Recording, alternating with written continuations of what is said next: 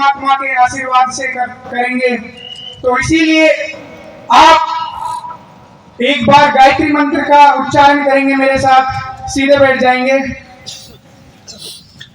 ओम भूर्भुवः स्वः तत्सवितुर्वरेण्यं भर्गो देवस्य धीमहि धियो यो नः प्रचोदयात्।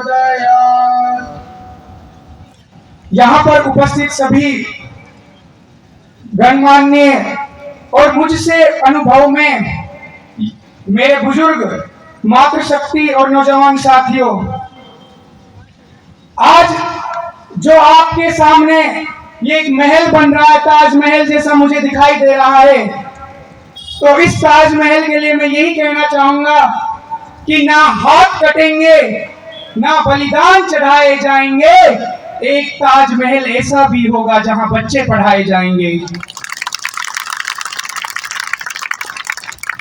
तो जिस आगोश को लेकर, जिस आग को लेकर आप यहां पर एकत्रित हुए हो, आप यकीन मानिए, जिस व्यवस्था परिवर्तन का सपना लेकर भाई राजीव दीक्षित चले थे, आज उसी व्यवस्था परिवर्तन की इसी मुहिम को आगे बढ़ाते हुए जनता सरकार मोर्चा का प्रत्येक कार्यकर्ता जो चल रहा है, और उन 7,32,000 से ज्यादा क्रांतिकारियों की उन उम्मीद, उन संवेदनाओं को लेकर आप यहाँ एकत्रित हुए हो, मैं अपने आप में एक सौभाग्य की अनुभूति महसूस कर रहा हूं कि मुझे ऐसी पुण्य आत्माओं के सामने बोलने का मौका मिल रहा है।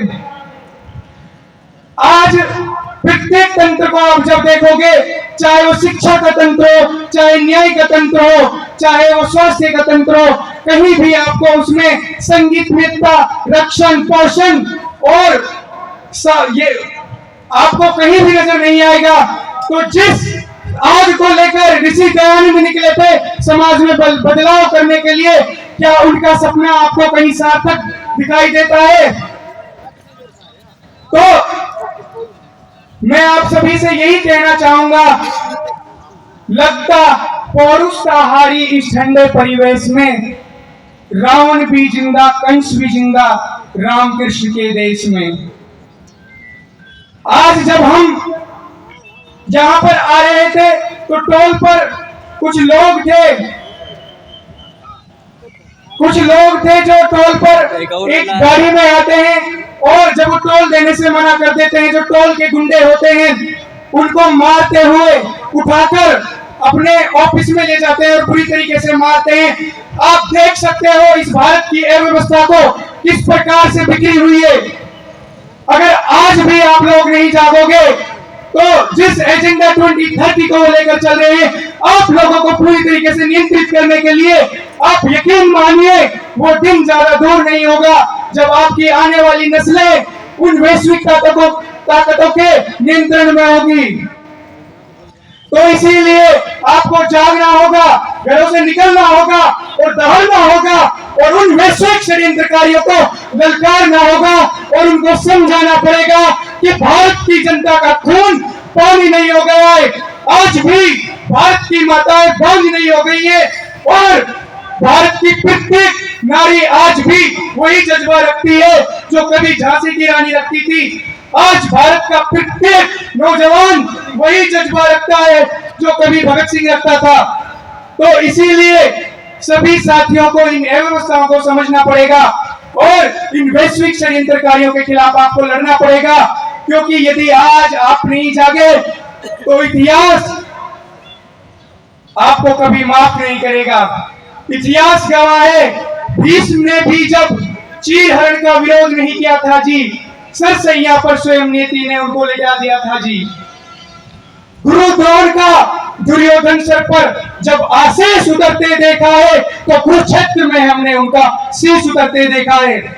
तो जितने भी आज इस जो ये रावण रूपी भारत के अंदर अव्यवस्था चली हुई है, जितने भी ये रावण हैं, इन सबको आपको उसी जिस प्रकार से आपने विजयदशमी को रावण का पुतला फूका था, इसी तरीके से आपको इनको फूकना पड़ेगा।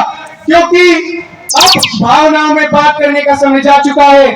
अब आप लोगों को घर से निकलना पड़ेगा और उन 7,32,000 से ज्यादा क्रांतिकारियों का जो संवेदना आज के इन राजनीतिक गलियारों ने जो कुचल रखी है, इनको आपको ललकारना पड़ेगा और आपकी जो वास्तविक ताकत है उसको आपको समझना पड़ेगा।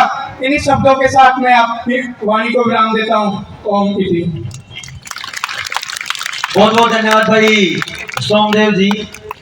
जब ये युवा बोलता है तो ऐसा लगता है कि ये नहीं बोल रही, इनके अंदर का की आग बोल रही है, और ये आग वो है जो इस समाज में फैली अव्यवस्थाओं को जलाएगी ही, आज नहीं तो कल उसका नंबर आएगा ही। ऐसे ही कितने सारे युवा हमारे साथ कंधे से कंधा मिलाकर चल रहे हैं भाई। मैं ऐसे ही एक क्रांतिकारी भाई को बुलाना चाहता हूँ, भाई गौरव गुलाटी जी हैं जींद से, वो आएंगे। वंदे मातरम। कुछ पंक्तियां हैं कि हम तो केवल क्रांतिकारी हैं, हम तो केवल क्रांतिकारी हैं, हमको कौन सहारा देगा। हम तो मिटकर भी सहारा मांगा नहीं करते, हम तो मसालों को लहू दिया करते हैं, मसालों से लहू मांगा नहीं करते। और हालात से सहमे हुए साथियों को बता दूं कि हालात गुजर जाया करते हैं, ठहरा नहीं करते। और देखा है जागी हुई कौमों के दिलेवर, हम छीन लिया करते हैं, मांगे नहीं करते। कि या तो बदचलन हवाओं का रुख मोड़ देंगे हम, कि या तो बदचलन हवाओं का रुख मोड़ देंगे हम, या खुद को वाणी पुत्र कहना छोड़ देंगे हम। जिस दिन भी हिचकिचाएंगे लिखने में हकीकत, कागज को फाड़ देंगे, कलम तोड़ देंगे हम। और जब तलक पीते रहे ये खून हम खामोश थे, जब तलक पीते रहे ये खून हम खामोश थे। अब वतन को पी रहे हैं ये सहन कैसे करें, कितने बिस्मिल और अफवाक सड़क पर भूखे मर रहे। बोलिए इस व्यवस्था कौन बन कैसे करे। और यदि बचाना चाहते हो तुम अपने हिंदुस्तान को, बात क्या श्रृंगार की अंगार की बातें करो। और अंगार की बातों का मतलब आग भड़काना नहीं, सरफरोशों के दिलों में आग लगनी चाहिए। जो कौम सोई पिछले सदियों से यहाँ, वो कौम जगनी चाहिए, ईमान जगना चाहिए। सरफरोशों के दिलों में फिर से आग लगनी चाहिए, सरफरोशों के दिलों में फिर से आग लगनी चाहिए। और अंग्रेजों ने हमको बांटा, अंग्रेजों ने हमको बांटा केवल अपने देश की खातिर। तुमने हर प्रदेश को बांटा कुर्सी के उद्देश्य की खातिर। घर घर बांटे, आंगन बांटे, गली गली गलियारे बांटे, मंदिर बांटे, मस्जिद बांटे, तुमने ही गुरुद्वारे बांटे। जंगल बांटे, उपल बांटे, खेत खेत की म्याद बांट दी। तुमने एक वोट के खातिर देश की हर बुनियाद बांट दी। और बंटवारे की राजनीति ने देश अपाहिज बना दिया है। जो अंग्रेज नहीं कर पाए तुमने करके दिखा दिया है, जो अंग्रेज नहीं कर पाए तुमने करके दिखा दिया है। और भगत सिंह, कि भगत सिंह गलियों में खोया, वो भगत सिंह नहीं, आज का भगत सिंह, आज का युवा नौजवान। कि भगत सिंह गलियों में खोया, बिस्मिल खोया महलों में, ऊधम और अशफाक खो दिया थे नहलों जहलों ने। और मार दिया जिंदा सुभाष सियासत की कुटिल पतंजों ने, भुला दिया आजाद सुरमा राजनीति के मंचों ने। और जन्मी नहीं लक्ष्मी बाई आजादी की माटी ने, संसद में फूलन भिजवा दी उस चंबल की घाटी ने।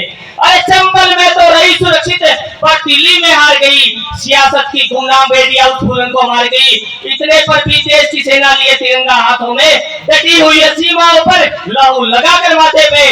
अरे इतने पर भी देश की सेना लिए तिरंगा हाथों में, डटी हुई है सीमाओं पर लहू लगाए माथों में। युद्ध हमेशा जीते, हमने समझौतों में हार गए। हम गैरों से नहीं मरे पर अपने हमको मार गए। देशद्रोहियों गद्दारों को सबक सिखाना भूल गए। सब कुछ बना लिया हमने पर देश बनाना भूल गए। सब कुछ बना लिया हमने पर देश बनाना भूल गए। धन्यवाद। जय हिंद। अच्छा, कुछ और भी रह गया कहने को? जोरदार तालियां हो जाए भाई के लिए। मेरे ख्याल से समाज की व्यवस्था को बताने के इससे अच्छे तरीके से बताया नहीं जा सकता कि समाज में क्या है।